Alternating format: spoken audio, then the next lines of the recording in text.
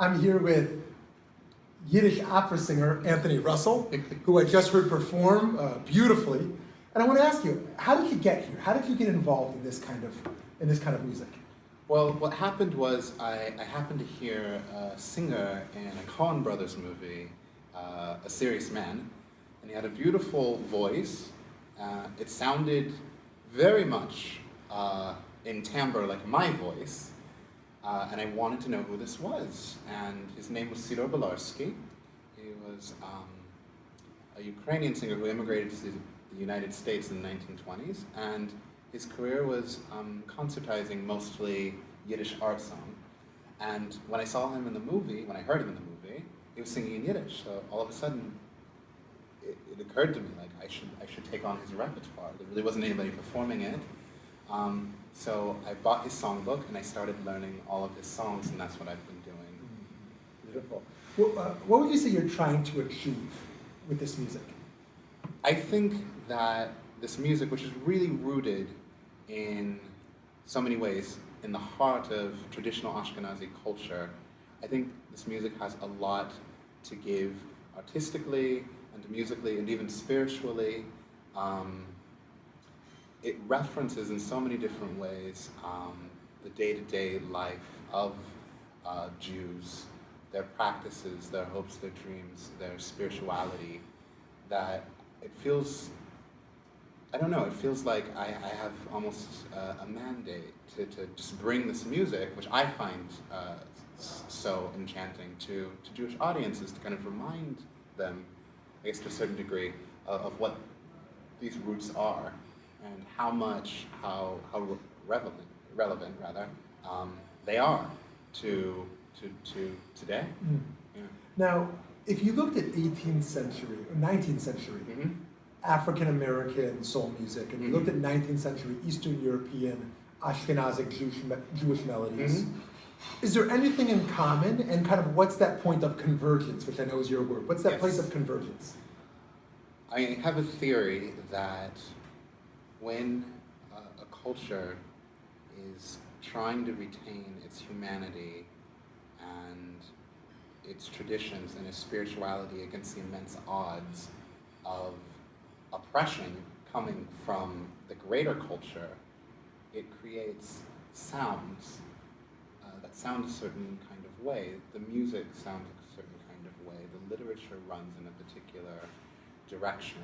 And I think looking at the lives of Jews during the 19th century and African Americans during the 19th century, there's a lot of interesting parallels. Even in the music, there are these interesting parallels. I don't think there's any historical precedence for there being a relationship between the music, but the melodies scan very closely. There are a lot of modal melodies in Jewish music, usually because of Nusach, and there are a lot of modal melodies in African American music because of scales that were brought from Africa to the United States. So on so many different levels, there's just kind of this relationship between not only the histories, but the cultures of these two cultures. Mm-hmm. Beautiful. Now, when I think of a Yiddish opera singer, Yes. I have a certain picture of what that person looks like. What I don't imagine is a 6'1" African-American, gay American man. Yes. Right? Yes. So have you encountered stereotypes? Have you encountered racism, homophobia? I mean, have you experienced barriers in trying to expose this music that you're doing? I really haven't, because I lead with the music. Mm-hmm. I lead with my connection to the music and my desire to connect with an audience through the music. And oddly enough, that overcomes a lot of barriers. When, I don't know, so many times I've sung something and somebody will come up to me and they'll say, do you know, you were singing a little bit of a niggin, and my grandfather used to sing the same niggin, like every Shabbos evening at the table. And I haven't even thought about it, and then I heard your voice, and like instantly, like memories of him came back, and the ability to have that kind of, very basic, like spiritual level connection with Jewish audiences is what has kept me doing this.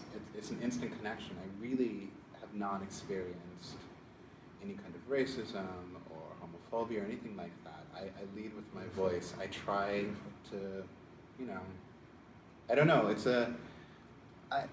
I'm modest about what I have, but what I have is what I have is from Hashem, and I just try, and I hope that like when I'm singing, it leads other people to also to think and to love Hashem. Beautiful. Wow.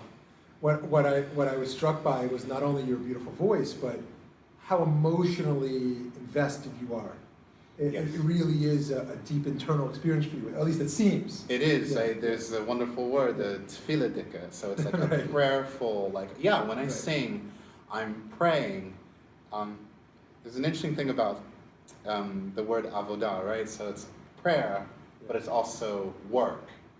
And so much of this music was created in a place of work. These are songs that people sang to themselves while they were working. And in a sense, they were praying. So when I'm singing, it is as if I'm praying. Beautiful. Wow. Yeah. My last question for you is, if people want to follow your work, how can they kind of tap in? Where can they go online to see some of your stuff? I have a website, Anthony Russell Bass, that's BASS.com, and I'm very easy to find. There aren't a whole lot of black guys in the Yiddish game. Right. I've written for Tablet and for the Jewish Daily Forward, so you know, about the experience of singing in Yiddish. So I'm an easy guy to find. Okay, yeah, awesome. Please look me up. Great. Keep up the great work. Thank you.